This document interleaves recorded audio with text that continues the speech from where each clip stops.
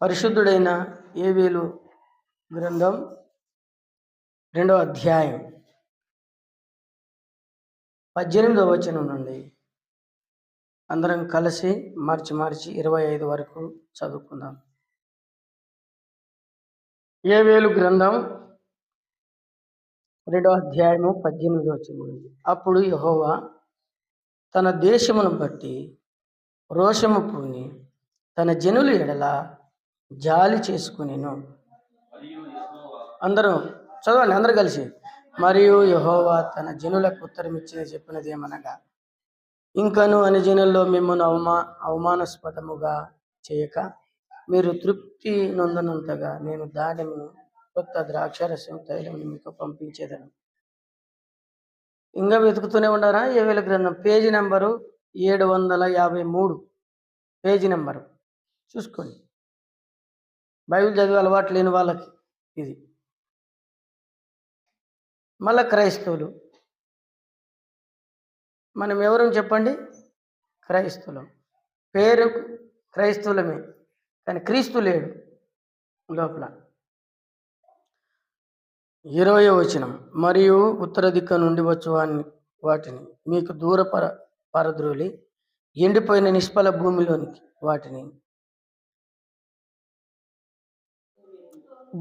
వాటిని తోలివేతను. అవి గొప్ప కార్యములు చేసెను గనుక వాటి మునుపటి భాగము తూర్పు సముద్రములోనికి, వెనకటి భాగము పడమటి సముద్రములోనికి పడగొట్టుదును. అక్కడ వాటి దుర్గంధము లేచును, అవి కుళ్ళి వాసన కొట్టును. దేశమా భయపడక సంతోషించి గంతులు యెహోవా గొప్ప కార్యం చేసి. పశువులారా భయపడకుడి, గడ్డి బీళ్లలో పచ్చిక మొలుచును, చెట్లు ఫలించను, అంజూరపు చెట్లను ద్రాక్ష చెట్లను సమృద్ధిగా ఫలించను.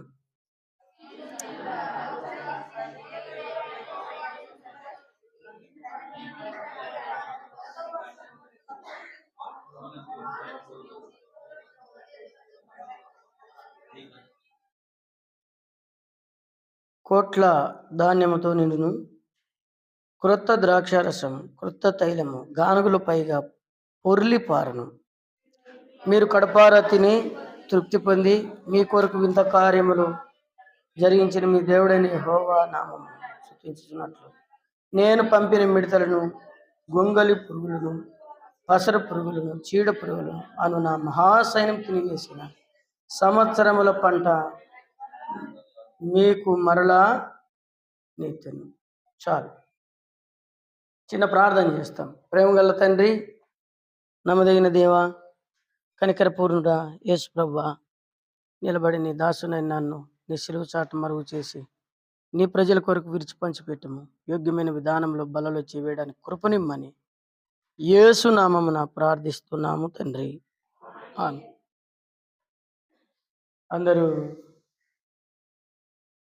మన సంఘ వాగ్దానాలలో 3వ వాగ్దానం ఇది కదా. మొదటి వాగ్దానం ఏం చెప్పండి? ఇదిగో నేను ఒక నూతన సమస్తమును నూతనముగా చేస్తున్నాను. 1. 2, మనం పోయిన వారం చూసినాం, దావీదు సమస్తమును సంపాదించుకునేను లేదా రక్షించాను. కూర్చోయా, మీ అబ్బాయిలే వచ్చినది, కూర్చో. ఊరిని ఆయన కూర్చోబెట్టండి.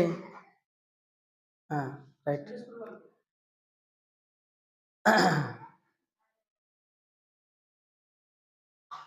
కూర్చో రాజేష్, సండే స్కూల్ పోను. 3వదిగా దేవుని వాక్యంలో మనం చూసినాం, ఏమిటిదంటది? మిడతలు, చెప్పండి. మిడతలు, గొంగల పురుగు, పసర పురుగు, చీడ పురుగులను మహాసైన్యం తినివేసిన సంవత్సరముల పంట మీకు మరలా ఎత్తును. ఇక్కడ యోవేలు భక్తుడు ఈ మాట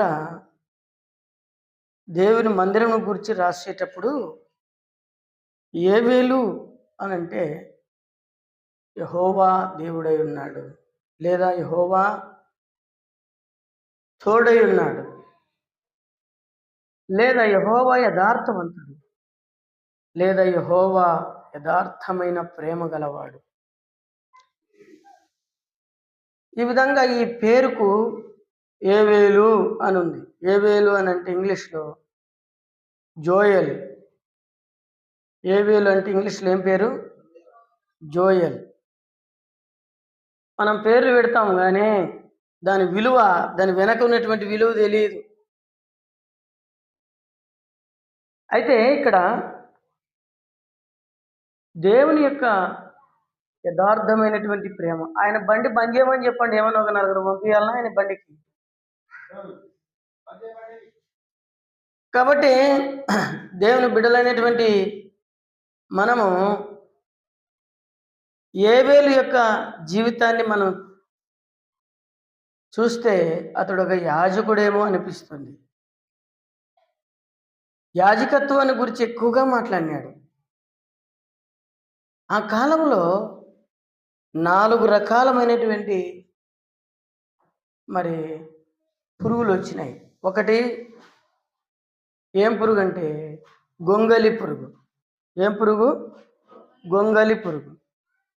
ఆ తర్వాత పసరు పురుగు, ఆ తర్వాత చీడ పురుగు, తర్వాత మిడతలు. ఈ 4 పంటని నాశనం చేస్తాయి. దేవుని మర్చిపోయి గర్వం వచ్చి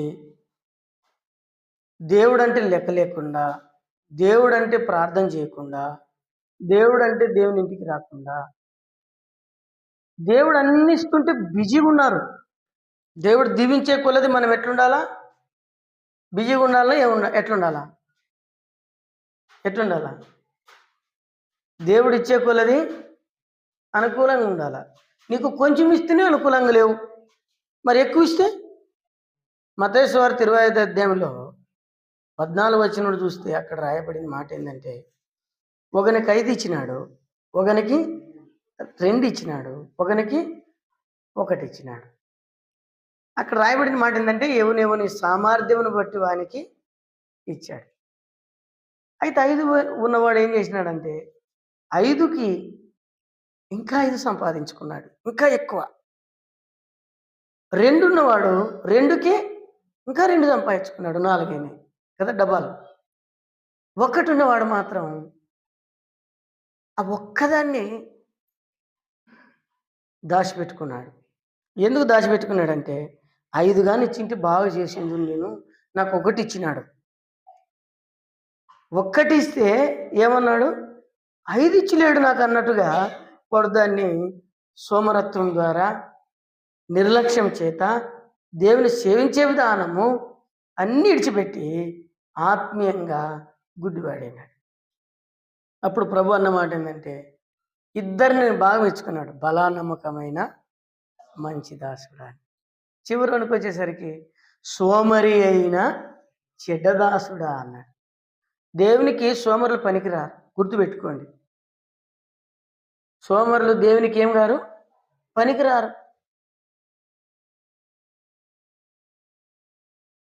దేవునింట్లో కానీ కుటుంబ జీవితంలో కానీ ఆత్మీయముగా మనం ఉంటూ దేవుడిచ్చే కొలది దేవుని సేవిస్తే ఇంకా ఇస్తాడు దేవుడు. మనం ఏమంటామంటే, నాకు కానీ ఇస్తే 4-5 చేస్తాను, నువ్వు ఒకదాన్నే చేయలేవు. నీకు ఇచ్చిన కొంచెం విశ్వాసాన్ని కాపాడుకోలేవు, నువ్వు కలిగినటువంటి కొంచెం దాన్నే నమ్మకంగా లేవు. అందుకని దేవుడు ఎవరికి ఇవ్వాలనో వాళ్ళకి ఇస్తాడు, ఎవరికి ఇవ్వకూడదో దేవునికి తెలుసు. మనం చాలాసార్లు దేవుని ప్రశ్నిస్తుంటాం. నీ నాలుకకు నీ మాట రాకముందే, నీ ఆలోచన పుట్టకముందే దేవునికి తెలుసు నువ్వు ఎట్లాంటి వాడువో, నువ్వు ఎట్లాంటి దానివో దేవునికి తెలుసు. అందుకనే నువ్వు ఎంత పండించినా అది కొంచెమే పండుతుంది. నువ్వు ఎంత కష్టపడినా నీకు ఎంత ఇవ్వాలో అంతే ఇస్తాడు దేవుడు. అయితే ఇప్పుడు ఈ 4 రకాలుగా దేవుని విడిచిపెట్టడం ద్వారా, వాళ్ళు దేవునికి దూరమేయడం ద్వారా దేవుడు ఏం చేసినాడంటే 4 రకాలమైనటువంటి పురుగులు పంపించినాడు. మీకు మనం అదృష్టవంతులం. ఎందుకంటే మన ఆంధ్రలో మిడతలు ఇవన్నీ దండులు లేవు. అవి కూడా వలసకొస్తాయి. ఎప్పుడు పంట కాలంలో. పోయినసారి కరీంనగర్, ఆ తర్వాత నల్గొండ ఆ ప్రాంతం అంతా వచ్చినాయి. వాళ్ళు అవి వస్తేనంట కొన్ని లక్షలే మిడతలు. కాబట్టి గొంగళి పురుగు వస్తుంది, ఆ తర్వాత పసరు పురుగు వస్తుంది, ఆ తర్వాత చీడ పురుగు వస్తుంది, ఆ తర్వాత మిడత వస్తుంది. మిడత కన్నీ తింటుంది. అప్పుడు పంట రాదు, చేను రాదు. మనిషిని కరిచిన మనిషికి కూడా రోగం వస్తుంది. ఇంత బాధ వేదన. అప్పుడు రైతు ఎట్లుంటాడు, ఎట్లా బ్రతుకుతాడు? ఈ పంటను సమూల నాశనం చేయాలని దేవుడు తన సైన్యాన్ని పొమ్మన్నాడంట. అక్కడ చెప్పిన మాటలు ఏంటంటే, ఇంకా జాలి పన్నాడంట దేవుడే. వీళ్ళేం క్షమాపణ అడగలే, దేవుడే జాలి పన్నాడంట, కనికలు పన్నాడంట. అయ్యయ్యో అని. చూడు, మనం ఎట్లాంటి వాళ్ళం చూడు. ఇంకా చెడిపోయే కొద్దీ ఇంకా కఠినపరుచుకుంటాం మనిషి. ఏముంది నా కొరత, ఎక్కడుంది నా కొరత అని ఆలోచన చేయం. దేవుడు కనికరం చూపించినాడు, దేవుడు దయ చూపించినాడు. అప్పుడు మహాసముద్రానికి, ఇంకొక సముద్రానికి ఏం చేసినాడంట, ఈ మిడతలు చీడు పురుగులన్నీ గాలి కొట్టుకొని పోయి సముద్రంలో పడినాయి. అప్పుడు పంట మరలా ఇచ్చినాడు. ఇవంతా అయిపోయిన తర్వాత ఇంకొక సైన్యం వచ్చింది. మీకు విషయాలు చెప్పాలి. ఇక్కడ 4 రకాలమైనటువంటి ప్రజలు పంపించినాడు దేవుడు. ఇంకా మారలే, మన బుద్ధి మారదు కదా. కుక్క తోక వంకర అన్నట్టే వందనం చెప్పేదే మళ్ళీ కీడు చేసేది. అందుకని దేవుడు కూడా మనల్ని సాగదీస్తుంటాడు. ఒకవేళ నేను వద్దబ్బా, ఇంకా ఇన్ని పరిస్థితులు ఉన్నాయి, దేవుడు వద్దని వెళ్ళిపోయినావు అనుకో, ఇంకా పండుకుంటావు. ఇంకా దేనికి పనికిరావు. నువ్వు దేవుని విడిచినా ఇబ్బందే, విడవకుండా నువ్వు నమ్మకంగా ఉంటేనే దేవుడు ఇంకా ఇస్తాడు. ఇక్కడ చూడండి, ఈ 4 తెగులన్నీ అయిపోయిన తర్వాత వాళ్ళు ఏం చేసినారంటే దేవునికి అవిధేయత చూపించినారు. అందుకని దేవుడు ఏం చేసినాడంటే బబులోనీయులను పంపించినాడు. అది గొంగళి పురుగు. దేనికి సంకేతం చెప్పండి? గొంగళి పురుగు. వాళ్ళు వచ్చి ఏం చేసినాడు, బబులోను రాజు యెరూషలేములో ఉన్న రాతి మీద రాయిని ఒలిసినాడు. ఏం చేసినాడు? ఒలిసి మందిరమును పడగొట్టి వాళ్ళ పొలాలను ఆక్రమించి వారి కుటుంబాలను చిన్నభిన్నం చేసి కొంతకాలం వాళ్ళకి చెర తీసుకుని పోయినాడు. ఆయన కింద ఎన్నో శ్రమలు పొందారు, ఇబ్బందులు పడ్డారు, నష్టపోయినారు, కష్టపడ్డారు. ఆ కాలం అంతా అయిపోయిన తర్వాత మళ్ళా దుఃఖిస్తే దేవుడు కనికరం చూపి మరలా వారిని సమకూర్చినాడు. మళ్ళీ సమకూర్చిన తర్వాత మళ్ళీ కడుపు నిండి తింటున్నారు. మళ్ళీ కడుపు నిండి తిరిగిన తర్వాత మళ్ళీ దేవుడికి వ్యతిరేకంగా చేసినారు. మళ్ళీ వ్యతిరేకంగా చేయగానే అప్పుడు దేవుడు ఏం చేసినాడంటే మరలా మాదీయులను పార్షిక రాజులు లేపినాడు. ఆ కాలంలోనే షద్రకు, మేషకు, అబేద్నెగో, దానియేలు వీళ్ళందరూ లేచినది. ఆ కాలంలో ఇల్లు కూడా పోయినారు. ఇది పసరు పురుగు. ఏ పురుగు? పసరు పురుగు. చాలా కష్టపడ్డారు. 70 ఏండ్లు. ఎన్నేండ్లు? 70 ఏండ్లు తిప్పలు పడినారు. ఆయన ప్రేమ గల దేవుడు మరలా కనికరం చూపించినాడు. ఆ కుక్కలు అల్లేండి, వచ్చేదే కాదు, ఆ గేటు కూడా వేయండి. ఎవరైనా బయట ఉన్న వాళ్ళు గేట్ వేయండి అయ్యా. కాబట్టి 70 ఏళ్ళు కష్టపడిన తర్వాత దేవుడు వాగ్దానం ఇచ్చి మరలా తీసుకొచ్చినాడు. మళ్ళా కృప చూపించినాడు. కృప చూపిస్తే మరలా సమృద్ధమైన పంటలు వచ్చినాయి. మళ్ళీ సమృద్ధిగా ఉన్నారు. మళ్ళీ ఒక 100 ఏళ్ళు అయిన తర్వాత మళ్ళీ తిరుక్కున్నారు. మళ్ళీ తిరుక్కున్న తర్వాత దేవుడు ఏం చేసినాడంటే గ్రీకు రాజును పంపించినాడు. ఏ రాజుల్ని? గ్రీకులకు పట్టించినాడు. ఇట్లా కాదు మీరు, ఇది చీడ పురుగు. అక్కడేమన్నా సరే, చీడ పురుగు. ఇదే పురుగు? చీడ పురుగు. గ్రీకులు కొంతకాలము ఆక్రమించుకొని అది కొన్నేళ్ళు పాలన చేసింది, ప్రపంచ పాలన చేసింది. వాళ్ళందరూ గ్రీకు రాజు కింద చాలా శ్రమ పడ్డారు. అలెగ్జాండర్ గ్రేట్ రాలేదు, అలెగ్జాండర్ గ్రేటు కరుణించినాడు. అలెగ్జాండర్ తర్వాత వచ్చిన రాజు వాళ్ళని పట్టుకొని వెళ్ళిపోయినాడు. మరలా కొంతకాలం ఉన్నారు అక్కడ. ఇదంతా అయిపోయిన తర్వాత మరలా దేవుడు కనికర చూపించినాడు. మరలా వచ్చినారు. మరలా వస్తే మరలా రాజ్యం ఇచ్చినాడు. మరలా ఆరాధించుకునే మందిరం ఇచ్చినాడు. మరలా పొలాలు, పాడే పంటలు, పిల్లలు, సంసారం అన్ని ఇచ్చినాడు. మళ్ళీ తిరుగుబడతానం చేసినారు. మళ్ళీ తిరుగుబడతానం చేసిన తర్వాత అప్పుడు రోమీలకు అప్పగించినాడు. ఎవరికి అప్పగించినాడు? 17 సంవత్సరాలు వాళ్ళు పాలన చేసినారు. ఎన్నేళ్ళు? 1700 సంవత్సరాలు పాలన చేసినారు. ఆ కాలంలోనే ప్రభువైన యేసుక్రీస్తు ఈ భూమినికి వచ్చాడు. ఇది ఏ పురుగు? మిడత. ఇలాగ 4 రకాలైనటువంటి దేవుడు పంపించినటువంటి మహాసైన్యాలు. ఎవరు పంపిస్తాడో తెలియదు. ఎవరు దెబ్బ కొడితే మనం నష్టపోతామో దేవునికి తెలుసు. అది ఆయన సైన్యం. కాబట్టి దేవుడు కనికరము చూపించినప్పుడు తానే దయ చూపించి చెప్తున్న మాట ఏంటంటే, నేను సంవత్సరముల పంట ఏదైతే నష్టపోయినావో గత కాలం కదా, పోయిన సంవత్సరంలో ఎన్నో బాధలుండే, పోయిన సంవత్సరంలో తుఫాను, జీవిత కష్టాలు, ఇరుకులు, ఇబ్బందులతో వచ్చాం. పోయిన సంవత్సరంలో వ్యాధి బాధలతో వచ్చాం. పోయిన సంవత్సరం సమయం నెలలు గడిచిపోయినాయి కదా.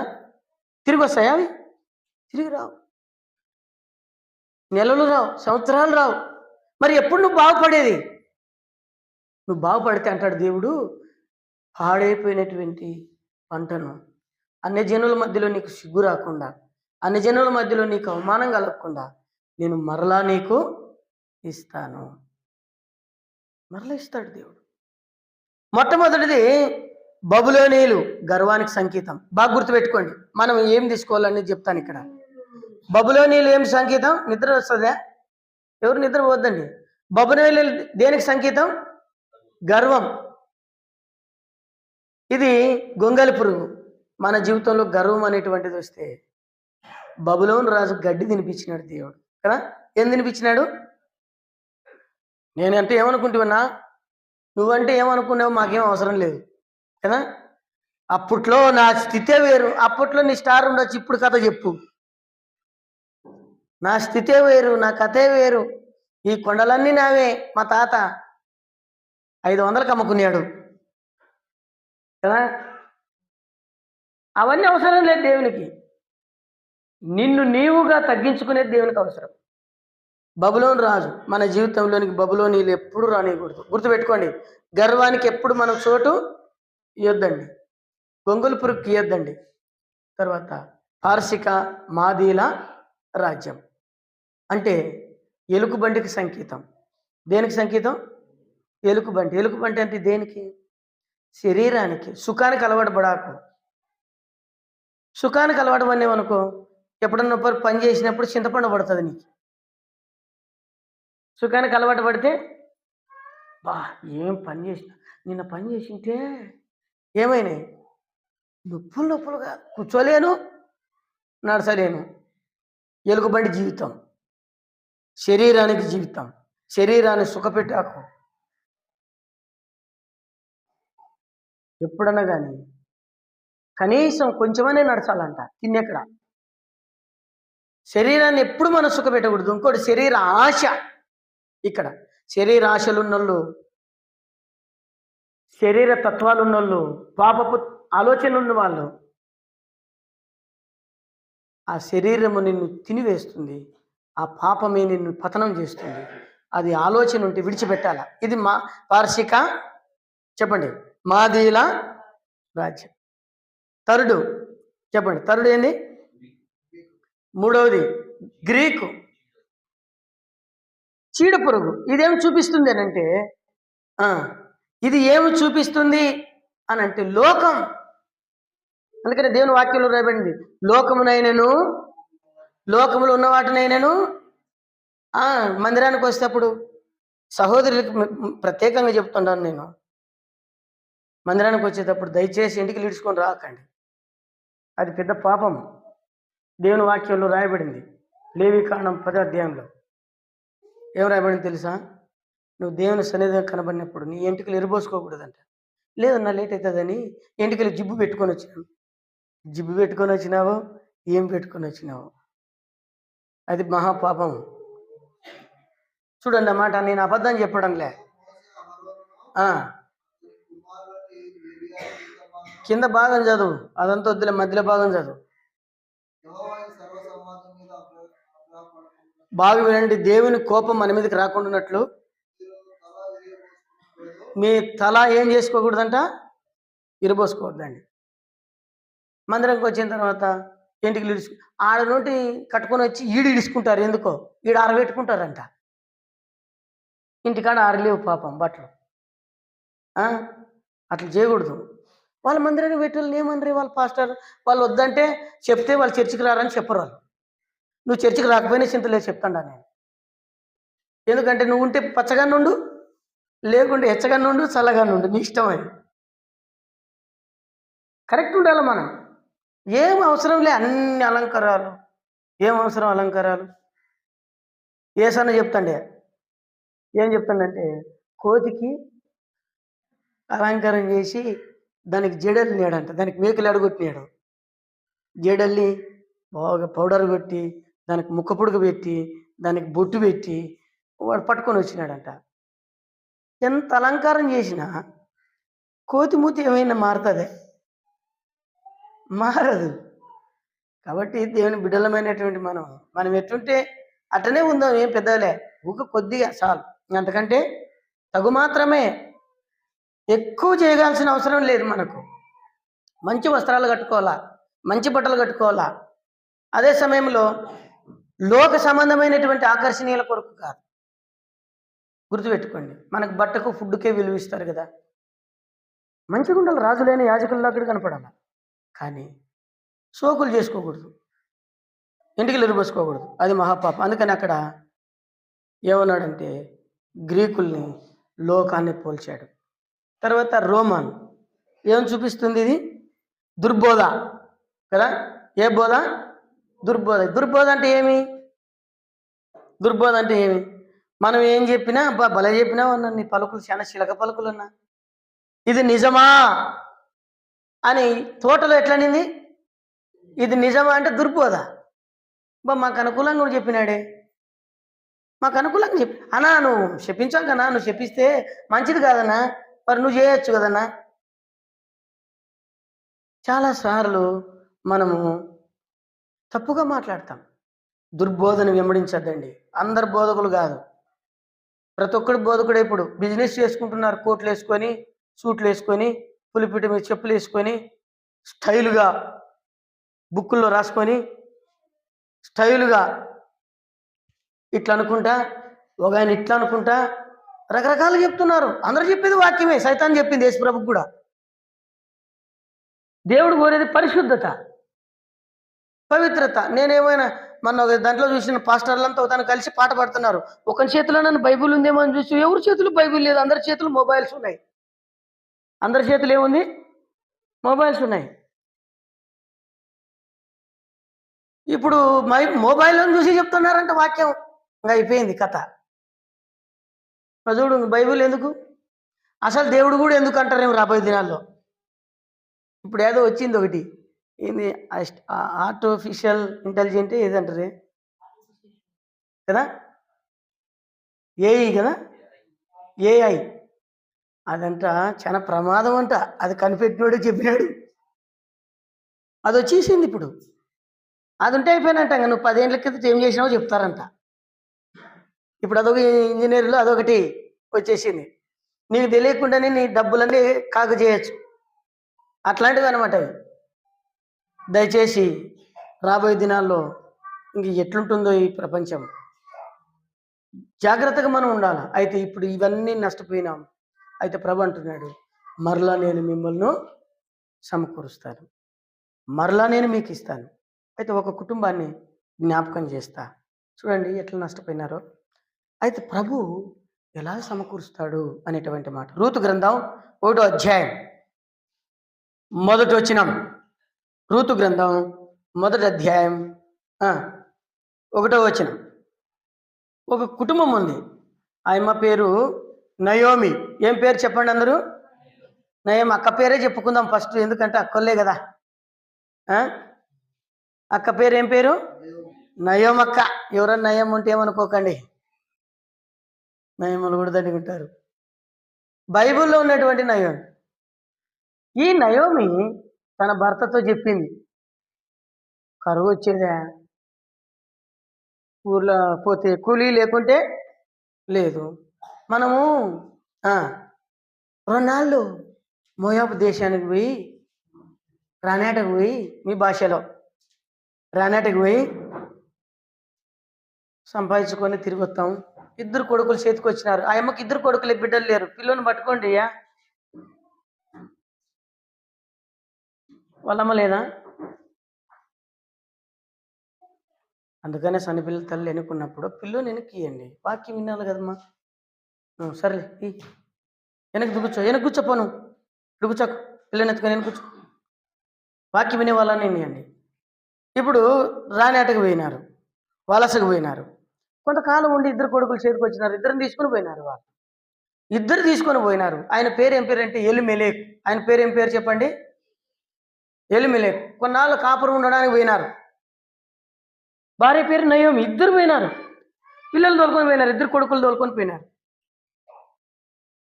పోయేటప్పుడు పోయిన ఊర్లో ఏముంది చెప్పండి? ఊర్లో ఏముంది? ఏం చెప్పుకున్నారు? ఊర్లో కరువు ఉంది. ఆయన కరువున్న అందరినీ దేవుడు ఏం చేస్తున్నాడు? పోషిస్తున్నాడు. గుర్తుపెట్టుకోండి, అందరిని ఏం చేస్తున్నాడు? దేవుడు పోషిస్తున్నాడు. కరువే ఉంటుంది, దేవుడు ఎప్పుడు పస్తులు బండి పెట్టాడు, పోషిస్తున్నాడు. పోషిస్తుంటే వీళ్ళకి అది సరిపోలే. పిల్లలు ఎదిగే కొద్ది ఏమైనా సంపాదించుకోవాలి కదా, సరిపోలే. అంతేకాదు, ఇక్కడ దేవుని సంఘం ఉంది, ప్రార్థించేటువంటి సంఘం ఉంది, దేవుడు నివసించే స్థలం, దేవుని దృష్టి సంవత్సరం మొదలుకొని సంవత్సరాంతం వరకు ఆయన చూపు ఏమాత్రం కూడా మానిపోకుండా కాపాడుతున్నటువంటి దేవుడు ఉన్నాడు. ఆ దేవుడు విడిచిపెట్టిపోయినారు. వాళ్ళు విడిచిపెట్టి దేవుడు కూడా ఏమనలే, యాజకులు కూడా ఏమనలే. 10 ఏళ్ళు పోయిన తర్వాత ఫస్ట్ బాగా పని చేసుకున్నారు, లెక్కలు వచ్చినాయి. 2వ సంవత్సరం ఆయనకి జ్వరం వచ్చింది. 2వ సంవత్సరం ఏమొచ్చింది? జ్వరం వచ్చింది. మీకు కథ రూపంలో చెప్తే అర్థమవుతుందని చెప్తాడా. జ్వరం వచ్చింది, రకరకాలుగా వైద్యాలు చూపించింటారు, అయితే బాగాలే. అద్దో ఇద్దో అనుకుంటున్నారు. ఏమైంది? లాస్ట్కి చనిపోయినాడు. పోయింది కానీ ఏమి లేదు, హృదయంలో నెమ్మది లేదు. భర్తను పోగొట్టుకుంది. ఇప్పుడు బుద్ధి వచ్చింది కదా, భర్తను పోగొట్టుకున్నాను, 2 పిల్లలన్నా తిరిగి తీసుకొని సంఘంలో కలుపుకోవాలి కదా, దేవుని ప్రజల కాడ చేర్చాలి కదా, నా పిల్లల్ని ఎలాగైనా దేవుని సంఘానికి అప్పగించాలనేటువంటి తలంపు ఆమెకు రాకుండా మామూలుగా చచ్చిపెట్టేవాళ్ళు మనమేం అడ్డమవుతామా? ఎన్నొచ్చినాయో సమస్యలు. చచ్చిపెట్టేవాళ్ళకి అడ్డం కాము కదా, ఏడున్నా చచ్చిపోతాం. రకరకాలుగా ఆలోచనలు వచ్చినాయేమో. నయోమి ఇంకా 9 సంవత్సరాలు అక్కడుంది, 8 సంవత్సరాలు అక్కడుంది. అక్కడుంటే 2 కొడుకులకి కూడా అక్కడే పెళ్లి చేసింది. ఒక ఆమె పేరేమో ఓర్పా, రెండవ ఆమె పేరేమో రూతు. దేవుని సంకల్పం అది కాదు. దేవుడు మన పక్షాన ఒక ప్రణాళిక ఉంటాడు, మనకు తెలియదు ఆ సంగతులు. మన ద్వారా దేవునికి మహిమ వచ్చేటువంటివి ఉంటాయి. ఇప్పుడు ఏమైంది? కొడుకుకి జబ్బు వచ్చింది, ఇంకొక కొడుకుకి జబ్బు వచ్చింది. 2 కొడుకులు చచ్చిపోయినారు. ఏమైనారు? 2 కొడుకులు చనిపోయినారు. 2 కోడాన్లు ఈమె విధవరాన్లు అయినారు. ఇప్పుడు అన్నులు ఏమనింటారు? ఏమనింటారు? మీ దేవుడు ఎంత అన్యాయము చేసినాడు చూడమ్మా. మీ దేవుడు నిజంగా మీరు సేవించే దేవుడు అయితే మీ భర్త ఏంటి చచ్చిపోతుండే, మీ పిల్లలు ఏంటి చచ్చిపోతుండ్రి? దేవుడుగా చేసినది ఈ బుద్ధిహీనరాలు చేసిన తప్పుకి దేవుని నామానికి అవమానం తెచ్చింది. చాలాసార్లు మన పక్కన, నువ్వు దేవుని నమ్ముకుంటూ ఏం సంపాదించుకున్నావు? లేదండి, నేనే కారణం, దేవుడు కాదు. ఎప్పుడన్నా కానీ ఆ మాట చెప్పండి, నేను కారణం. అబ్బా, నన్ను బట్టి అట్లా మాట అన్నారు, నేను కొరతగా ఉన్నాను, నేను అయోగ్యంగా జీవిస్తున్నాను. నయం అంటే మధురం, ఎలిమెలెకు కంటే యెహోవాయే నా రాజు. దేవుడి జీవితంలో రాజుగా ఉండవలసిన వాడు అన్ని పోగొట్టుకున్నాడు. నయోమి మధురంగా ఉండవలసింది చేదైపోయింది, మోడు బారింది. అప్పుడు గుర్తొచ్చిందంట. అక్కడ ఎవరో చెప్పినారు వచ్చి, ఏమన్నారంటే, యా ఊరయ్యా మీది అంటే, అమ్మ మాది బెత్లెహేము, యెరూషలేము మాది. అట్లనా, మన ఊర్లో కరువు అయిపోయిందా, మన ఊర్లో కరువు పోయిందా? కరువు పోయింది, దేవుడు దర్శించినాడమ్మా అని చెప్పినాడు ఆయన. అక్కడ వినిందట ఆయమ్మ, యెహోవా బెత్లెహేముని యెరూషలేముని దర్శించినని వినిందంట ఆయమ్మ. చదవండి ఆ మాట. తన జనులను దర్శించినని ఎక్కడ వినిందంట? మోయాబు దేశం. మనం వెళ్ళకూడని చోటుకు వెళ్తాం. సొంత జ్ఞానముని ఆధారం చేసుకుంటే చివరికి నష్టపోయేది ఇట్లానే ఉంటుంది. నష్టపోకూడదని దేవుని ఉద్దేశం.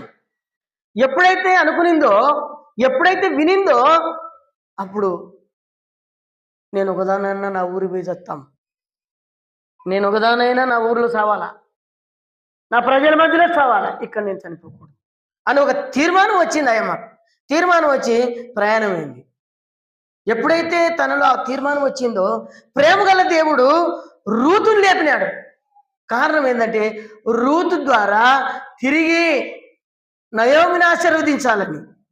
చూసినావా, పాడైపోయినటువంటి పంట, చీడ పురుగులు, గొంగలి పురుగులు, పసరు పురుగులు, మిడతలు తినివేసిన పంటను తిరిగి సమకూర్చాలనేటువంటి ఉద్దేశం, దేవుని సంకల్పం. ఒక 4 విషయాలు ఉన్నాయి, క్లుప్తంగా చెప్తాను. ఎలాగో దేవుడు సమకూరుస్తూ వచ్చినాడు. వాళ్ళు అక్కడ నుండి ప్రయాణమై వచ్చినారు. ఇల్లు పడిపోయింది. ఇంటికాడికి వచ్చి నిలబడితే అందరూ వచ్చి, ఎవరు ఏమ్మా కొత్తగా కనబడుతుంది, నయోమి. ఏం పేరు? నయమక్క వచ్చినట్టుంది. అందరు వచ్చినారు విశ్వాసులు. ఏమ్మా ఏమ్మా అన్నలేడే అంటే ఎట్టు నింటది, అన్నలేడే, పిల్లలు లేరే,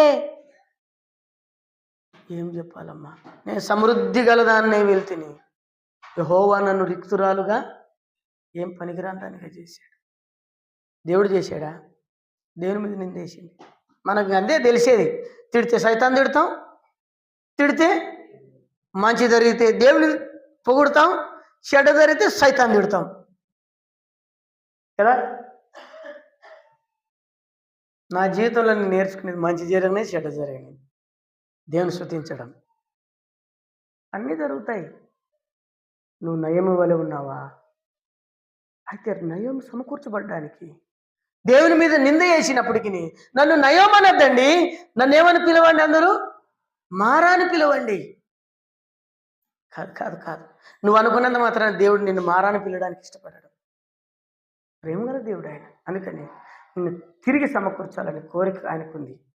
ఇప్పుడు చూడండి ఎలాగ సమకూర్చినాడో. మొట్టమొదటిదిగి చూడండి, మొట్టమొదటిదిగా రూతు గ్రంథం 2వ అధ్యాయం 8వ వచనం బాగా వినండి. అప్పుడు బోయాజు, నా కుమారి నా మాట వినుము, వేరొక పొలములో ఏరుకోవడానికి వద్దు. సంఘం విడిచిపోకూడదంట, గుర్తుపెట్టుకోండి. అక్కడ బోయాజు ఉన్నాడు, ప్రభువైన యేసుక్రీస్తు. పోయింది తనకు తెలియకుండానే దేవుడు ఎక్కడ నడిపించినాడు? బోయాజు పొలానికి నడిపించినాడు. తెలియదు ఆయమ్మకి, అజ్ఞానంతో వెళ్ళిపోయింది. అక్కడ నుండి ప్రయాణమై వచ్చింది. వస్తా ఉంటే, నీ దేవుడే నా దేవుడు, మన ఇద్దరం అవుతానే చచ్చిపోదాం, నాకు భర్త వద్దు, ఎవరొద్దు, తీర్మానం చేసుకుని వచ్చింది. పాపం అత్తను అట్లా ప్రేమించే కోడలు దొరకాల. కాళ్ళు అడుగు పెట్టగానే అత్త బయటకు పోవాలి ఇప్పుడు కదా. కాళ్ళు అడుగు పెట్టగానే అత్తలు కూడా అట్టే ఉన్నారు. ఏమ్మా అన్నం ఏం తినాలే, నేనా కడుపు నిండిపోయింది, ఏమైంది, నా బట్టలు ఉతకనే ఉతకలే, వాడు దడదడ కొట్టా, కొట్టించు కదా నన్ను. ఇది మన సంసారం. ఆనాడు ఉన్న వాళ్ళు వేరు, ఈనాడు ఉన్న వాళ్ళు. ఇంకా కొంతమంది రోగాలు వచ్చినప్పుడు చెప్పరు. వేరే వాళ్ళు చెప్తుంటారు, నీ కొడుకులు నీ కోడళ్ళు ఉన్నారు కదా, అంత మట్టుకుంటే ఏమన్నా ఇంకా వాళ్ళని పోయి అడిగినామనుకో మనం, ఏం మీ నాయన మీ అమ్మకి జ్వరం వచ్చిందని, వాళ్ళు ఊరు షిఫ్ట్ కదన్నా మాకు తెలిసేది. ఊరు వాళ్ళు చెప్పకుండా వాళ్ళే తిరుగుతున్నారు, తిరగని. ఇట్ట మన అంత వ్యవహారం ఎట్లుందంటే మనది అంతగా చెప్పకూడదు కానీ సిగ్గుపోతుంది. దేవుని బిడ్డలారా, రూతు ప్రేమించింది. తన ప్రాణం కంటే, తల్లి కంటే సుఖాన్ని పడాలి, సుఖం కోరుకోలేమ్మా. ఇప్పుడు వచ్చిన తర్వాత ఏమన్నాడంటే, బోయాజు తెలియకుండానే ఆ పొలంలో పరిగెరుకుంటుంది తినడానికి. పరిగెరుకుంటుంటే అడిగినాడు, ఏమన్నాడంటే, ఎవరు ఆ చిన్నది, ఎవరు ఆ చిన్నది అంటే, రూతు. ఎక్కడి నుండి వచ్చింది? అదో నయోమి కోడలు. ఇట్టు చేసింది, అన్నిరాలు పాపం, అన్నిరాలు ప్రభు నమ్ముకొని వచ్చింది అనేసరికి హృదయం పొంగిపోయింది ఆయనకి. ఏమన్నాడంటే, కుమారి, నువ్వు ఈ పొలమును విడిచి వేరొక పొలము, మనం ఏమనుకుంటాం, యాదైనా సంఘమే. మనం ఏమనుకుంటాం, యాదైనా సంఘమే, ఆడదేవుడే ఈడదేవుడే. మరి వాళ్ళు అనుకోరే, వాళ్ళు ఏమంటారు చెప్పండి, మాకు సంఘం ఉంది, మాకు ఒక సేవకుడు ఉన్నాడు, చచ్చిపోయిన వాళ్ళు వస్తారు, పెళ్ళైనా ఏమైనా పేరెంటమైనా ఆ సేవకుడు వస్తారు. మనమైతే అందరికి బొట్టు పెట్టి వస్తాం పోయి. ఇది మన బుద్ధిహీనత. ఇక్కడ దేవుడు ఏమన్నాడు, కుమారి ఏమన్నాడు, ఈ పొలమును విడిచి వేరొక పొలము వెళ్ళాకు. నువ్వు వచ్చిన పొలం ఎటువంటిది? నిలకడగా ఉండడు ద్వారా కలిగింది. చూడండి, నిలకడగా ఉండు అన్నాడు. ఆకలి అయితే అన్నం పెడతారులే, దాహం వేస్తే కుండ దగ్గరికి వెళ్ళు. ఇది దేవుని వాక్యం. ఆ తర్వాత ఏం చెప్పినాడు చూడండి, ఆ నిలకడగా ఉండడం ద్వారా కలిగినటువంటి ఆశీర్వాదం. రండి చదవండి దేవుని వాక్యంలో, రూతు గ్రంథం 2వ అధ్యాయము 10వ వచనం చదవండి. మొట్టమొదటి ఆశీర్వాదం. మీకు కూడా ఆశీర్వాదాలు కావాలా లేదా చెప్పండి, చేతండి. ఆశీర్వాదం కావాలనేటోళ్ళు, ఆశీర్వాదం కావాలంటే అందరూ ఎత్తారు. కోతి కూడా ఎత్తిందంట, నాకు కావాలని. అయితే బుద్ధి మార్చుకోవద్దు. నీకు ఆశీర్వాదం కావాలంటే కోతి అనేందంట, నాకు కావాలనేందంట. మరి అరటిపండు పట్టుకొని ఉండు, నేను వస్తాను మార్కెట్కి పోయి అన్నాడు. పట్టుకొని ఉండాలంటే, అరటిపండు పట్టుకొని ఉండాలంటే కోతికి శబ్దం అవుతుందే. అప్పుడు అది చూసింది, పాపం తిప్పలు పడింది. పట్టుకొని ఉండమన్నాడు కదా, అయితే పట్టుకొని ఉండమన్నాడు కానీ వాసన చూడొద్దని చెప్పలేదే. అది తోలు పోయింది. తోలు తీసిన తర్వాత వాసన చూసింది. వాసన చూసిన తర్వాత ఆగలేకపోయిందట. ఏమైంది? ఆగలేకపోయి తినేసి. అప్పుడు వచ్చి అడిగినాడు, నీకు ఆశీర్వాదం కావాలంటివి కదా, చెప్తాను ఇట్రా అంటే, అరటిపండు తీసుకురాపో అన్నాడు. అంటే ఇంకెక్కడుంది అరటిపండు? అందుకని నీ బుద్ధి మారదు, నీకు ఆశీర్వాదం రాదు. కాబట్టి ఆశీర్వాదం కావాలా లేదా? ఆశీర్వాదం కావాలా. నిలకడగా ఉంటే వచ్చేటువంటి ఆశీర్వాదం, ఈ సంఘంలో నిలబడడం ద్వారా కలిగేటువంటి ఆశీర్వాదం. చదవండి అక్కడ 10వ అధ్యాయం 2వ అధ్యాయం 10-12 వరకు చదవండి. అందుకు ఆమె సాగిలపడి తల వంచుకొని,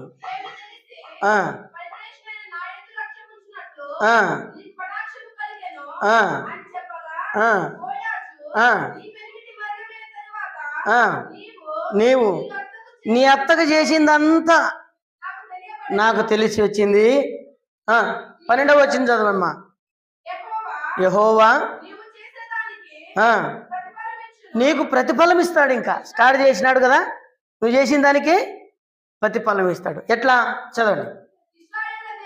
ఇశ్రాయేలు దేవుడైన యెహోవా రెక్కల కింద సురక్షితంగా నివసించినట్లు. ఇంతకాలం దుఃఖం, ఇంతకాలం బాధలు, ఇంతకాలం భర్తను పోగొట్టుకున్నావు, ఇంతకాలం నీ కుటుంబంలో వేదన కలిగింది. అయితే ఇప్పుడు నీకేం కలగదు? బాగున్నాడు, సమకూరుస్తాడు దేవుడు. వేదన కలగదు నీకు. ఇంకా నువ్వు వచ్చింది ఎక్కడికి? దేవుని రెక్కల కిందకి వచ్చినావు.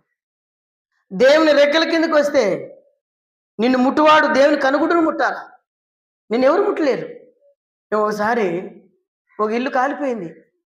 కాలిపోయింటే ఆ ఇంట్లో ఏమేమి కాలిపోయినాయో అన్నీ చెక్ చేస్తున్నాం. చేస్తుంటే అన్నీ బొగ్గు అయిపోయినాయి. పక్కన కోడి గూడులో ఏమని ఉందేమో అని చూస్తే కోడి చచ్చిపోయింది. కోడిని తన కోడిని తీస్తే దాని కింద 2 పిల్లలు బ్రతికున్నాయి. తల్లి ఏం చేసింది? తన పిల్లల కొరకు తన ప్రాణాన్ని ఇచ్చింది. రెక్కల కింద ఉండడం ద్వారా పిల్లల్ని కాపాడుకోగలిగింది. దేవుడు నిన్ను కాపాడుతాడు. మొట్టమొదటి ఆశీర్వాదం, రూతు పొందిన ఆశీర్వాదం ఏంటంటే దేవుని చేత, దేవుని రెక్కల కిందకు వచ్చడం ద్వారా ఆమె దీవించబడింది. చేసిన దానికి ప్రతిఫలం బాగా గుర్తుపెట్టుకోండి. నువ్వు ఎంత భక్తితో జీవిస్తావో, ఎంత క్రియాపూర్వకంగా జీవిస్తావో, ఎంత మర్యాదగా జీవిస్తావో. కొంతమంది ముట్టుకుంటే కోపం, చాలా సీరియస్ తీసుకుంటారు. ఊకే చిన్నదానికి పెద్ద సీరియస్ తీసుకుంటారు. ఎందుకో ఏమైనా కొంపలు మునిగిపోతాయా? దాన్ని ఏదో పెద్దగా తీసుకునేది ఎందుకు? అంత అవసరం ఏముంది? దానివల్ల నువ్వు నష్టపోయేది. నువ్వు చేసిన ప్రతి పనికి దేవుడు నీకు ప్రతిఫలం ఇస్తాడు. మొట్టమొదటిగా దేవుని రెక్కల కింద ఆశీర్వాదం, మొట్టమొదటి ఆశీర్వాదం. రెండవ ఆశీర్వాదం 20వ వచనం, 2వ అధ్యాయం 20వ వచనం ఏమన్నాడు చదవండి. నయోమి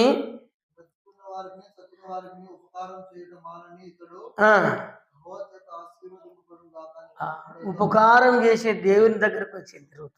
రెండవది ఎక్కడికి వచ్చింది? సచ్చినోళ్ళకి బతికినోళ్ళకి. ఎవరంటే బోయాజు? సచ్చినోళ్ళకి బతికినోళ్ళకి. అట్లాంటి పేరు మనకు ఉంటుందా? బోయాజు రాజు ఎలాంటి పేరు అయింది? సచ్చినోళ్ళకి బతికినోళ్ళకి ఉపకారం చేసినాడంట ఆయన. కష్టంలో ఉన్న వాళ్ళకు ఉపకారం చేసినాడు, మానని ఉపకారం చేసినాడు. అలాంటి ఉపకారి ప్రభు అయిన యేసుక్రీస్తు అయితే ఇప్పుడు రూతు ఎక్కడికి వచ్చిందంట? అమ్మా ఎవరు పొలంలో నేర్కొచ్చినావంటే ఎవరో బోయాజ్ అంట. అత్తమ్మ బోయాజా? చచ్చిపోయిన వాళ్ళకి బ్రతికిన వాళ్ళకి ఉపకారం చేసే చేయది. ఆయన దగ్గరికి వెళ్ళావా? నిజంగా మనం ఈనాడు బోయాజు అయినటువంటి చచ్చిన వాళ్ళకి బతికిన వాళ్ళకి ఉపకారం చేసే ప్రభు దగ్గరికి వచ్చినాం. రెండో ఆశీర్వాదం. మొట్టమొదటి ఆశీర్వాదం చెప్పండి. పొలంలో నిలకడగా ఉండడం ద్వారా కలిగేటువంటి ఆశీర్వాదం ఏంటంటే దేవుని రెక్కల కింద ఉంటావు. 2 చెప్పండి. చచ్చిన వారికి బ్రతికిన వారికి, మోడుపోయిన జీవితాలు, కూటిపోయిన కుటుంబాలకి ఉపకారం చేసే ప్రభు దగ్గరికి వచ్చినాం. రెండవ ఆశీర్వాదం ఉపకారి అయినటువంటి ప్రభు దగ్గరికి వచ్చినాం. నీకు ఇంక ఏ లోటు ఉండదు. లోటు లేని ప్రభు దగ్గరికి వచ్చినావు.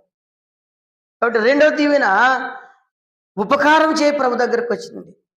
మూడవ దీవెన చూడండి, 3వ అధ్యాయం 10వ వచనం. రూతు ఎలాగ వచ్చింది? నా కుమారి యెహోవా చేత దీవెన నొందినది. మూడవది ఎలాంటి దీవెన పొందిందంట? దేవుని చేత దీవెన. ఆ పేరు ఎవరికైనా ఉందా? దీవెనమ్మని ఉంటుంది పేరు కొంతమందికి. ఏం పేరు ఉంటే ఏం లాభం? పేరు గొప్ప, బూరు దిబ్బ కదా. దీవెనమ్మ ఏం పేరు? నా పేరు ఏం పేరు అనుకుంటున్నా? ఆ పేరు పెట్టి పిలుస్తావే. నన్ను పాత పేరు సుంకలమ్మ అంటివే, నన్ను శారమ్మనే అనాలను. ఏం లాభం? ఆ పేరు తగినట్టుగా ఉండవా? శారమ్మ ఎట్లా అంది? జనములకు తల్లి, ఆత్మలకు తల్లి, రక్షణకు తల్లి. వా ఇంక చాలా ఉన్నాయి. మనం ఎవరికి తల్లి? దానికి యోగ్యురాలం కాదు. ఎట్ట పిలిచినా బలకాల మనం. అర్థమైంది? ఆ పేరు ఎందుకు యేసుప్రభు పిలిచినాడు పేతురుని? యోహాను కుమారుడు అయిన సీమోను అనేవాడు. ఎందుకు అనేవాడు అన్నమాట? మీరు ఆయన బుద్ధులు లేని కానీ వాళ్ళ ఆయన మినిస్టరా? ఎవరు వాళ్ళ ఆయన చెప్పండి? చేపలు పట్టేటోడు. చేపలు పట్టే బుద్ధి రనిది అని ప్రభు ఎప్పుడు అడేవాడంట. నన్ను యోహాను కుమారుడైన సీమోను అంటున్నాడు, నన్ను అంటున్నాడు అని పేతురు అలిగినాడా? ఏమనలే. ఏం ప్రభువా కేపను పేతురాను నన్ను అన్నాడా? అనలే. ఎట్ట పిలిచినా పలికినాడు, ఎట్ట పిలిచినా పలికినాడు. మనకు కూడా ఉంటాయి 4 పేర్లు, నీకు పేర్లు. నాకు కూడా ఉండే పేర్లు చెప్పుదునా? మొదటి పేరు రాజేంద్ర, రెండో పేరు రాజు, మూడో పేరు కుంటోడు. ఏం పేరు? కుంటోడు. 3 పేర్లు, ముద్దు పేర్లు. మా ఊర్లో కుంటోడు వచ్చినాడు అంటుంది కదా. అయితే ఎట్ట పిలిచినా పలుకుతాను నేను. ఏరా కుంటి వచ్చినావా అంటారు ఇప్పుడు పెద్ద మనుషులు. చిన్నప్పుడు కాళ్ళు సరిగి లేనందుకు కుంటోడు అని పెట్టినారు. మంచిదే. అయితే రూతు విషయంలోనికి వచ్చినప్పుడు ఆమె దీవించబడింది కదా. ఎవరి చేత దీవెన పొందింది చెప్పండి? మూడవది యెహోవా చేత దీవించబడింది. దేవుని చేత నువ్వు దీవించబడ్డానికి వచ్చిన వీటికి ఈడిస్తే ఇంటికి పోతానని కాదు. నువ్వు వచ్చినావు, సంపూర్ణంగా దీవించబడు, నిలకడగా నిలబడు. ఇలాంటి ఆశీర్వాదాలే నీకు, ఋతులాంటి ఆశీర్వాదాలు. ఫోర్త్లీ చూడండి, నాలుగవది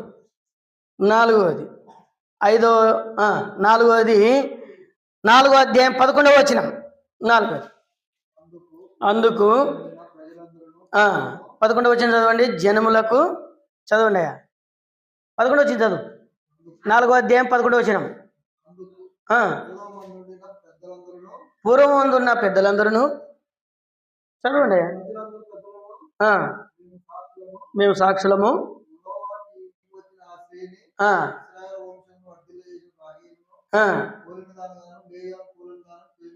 బా, ఎలాంటి దీవెన! జనములకు తల్లి అయింది.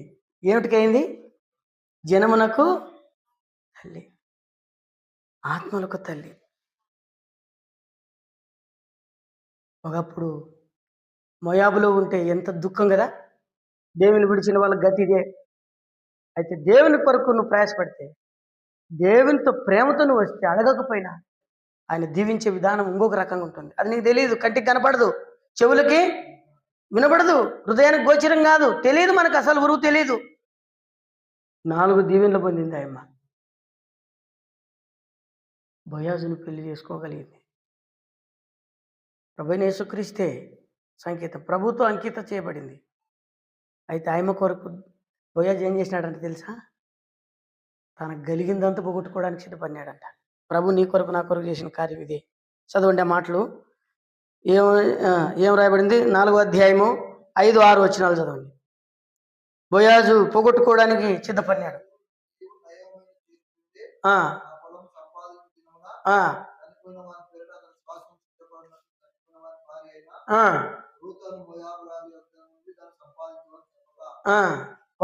వాడు ఏమన్నాడంట? చదవండి.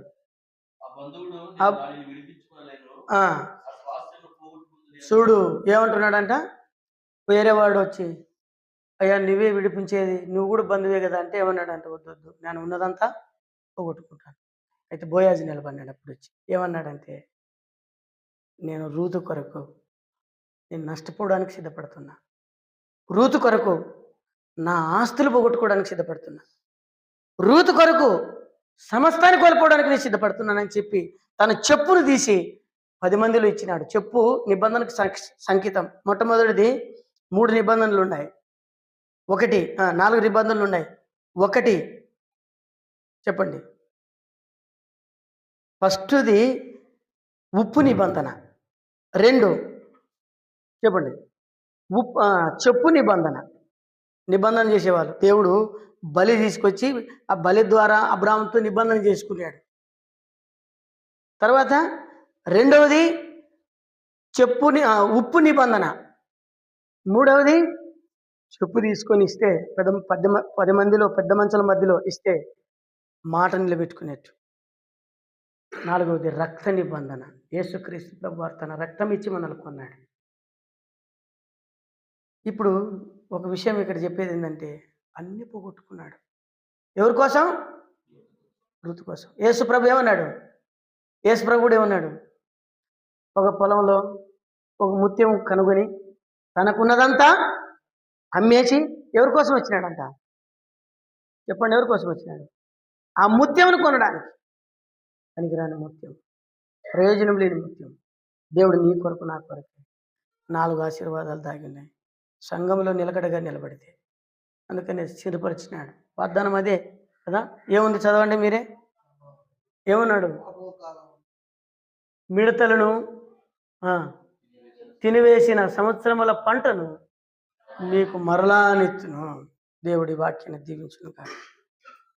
కాబట్టి ఇలాంటి పంట ఆత్మీయ జీవితంలో దేవుడు నీకు ఇవ్వాలని కోరుకుంటున్నాడు. ఎక్కడ నష్టపోయినావో చాలామంది ఉన్నారు బైబిల్లో చూస్తే. 4 దీవెనలు. మొట్టమొదటి దీవెన చెప్పండి, గుర్తున్న వాళ్ళు చెప్పండి.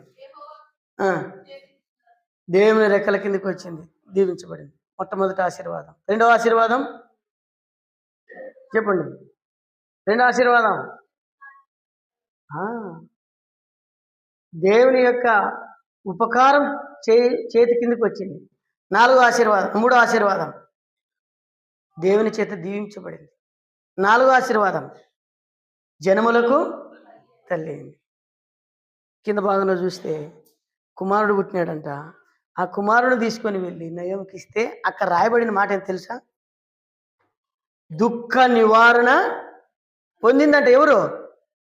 నయోమి. తన జీవితంలో దుఃఖము, తన జీవితంలో మోడుబారింది. ఇప్పుడు రూతు ద్వారా నెమ్మది, సమాధానం, సంతోషం కలిగింది. అయితే మత్తయి సువార్త 1వ అధ్యాయంలోకి వచ్చినప్పుడు రాయబడింది, ఇక్కడ ఇదే అధ్యాయంలో 4వ అధ్యాయంలో రాయబడిన ఒక మాట ఏంటంటే, బోయాజు ద్వారా ఉబద్య ద్వారా సల్మాను ద్వారా యెషై ద్వారా దావీదు ద్వారా ప్రభు అయిన యేసుక్రీస్తు. మన జీవితంలో యేసుక్రీస్తు లేకపోతే, కొత్త నిబంధనలో ఆమె పేరు వచ్చింది. ఎంత దీవెన! నీ దీవెన, నా దీవెన ఇలా ఉండాలని దేవుడు కోరుకుంటున్నాడు. దేవుడి వాక్యం దీవించును గాక. ప్రార్థన.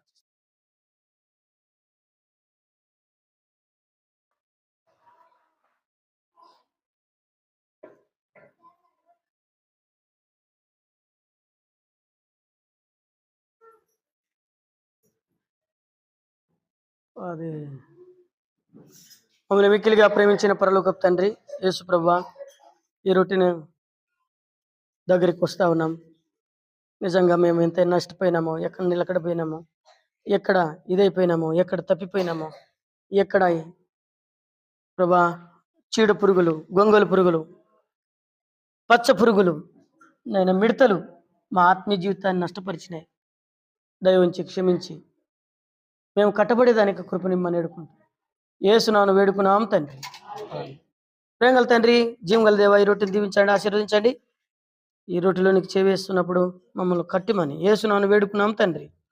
ఆమె రొట్టె అందించడానికి పెద్ద మార్కు అట్లు ఇసాకన దయచేసి రండి.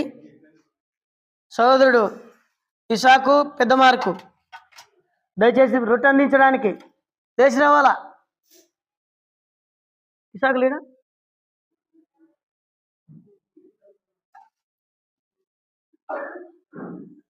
మాట్లాడొద్దండి, దేవుని వాక్యం తప్పిపోతుంది. కళ్ళు మూసుకోండి.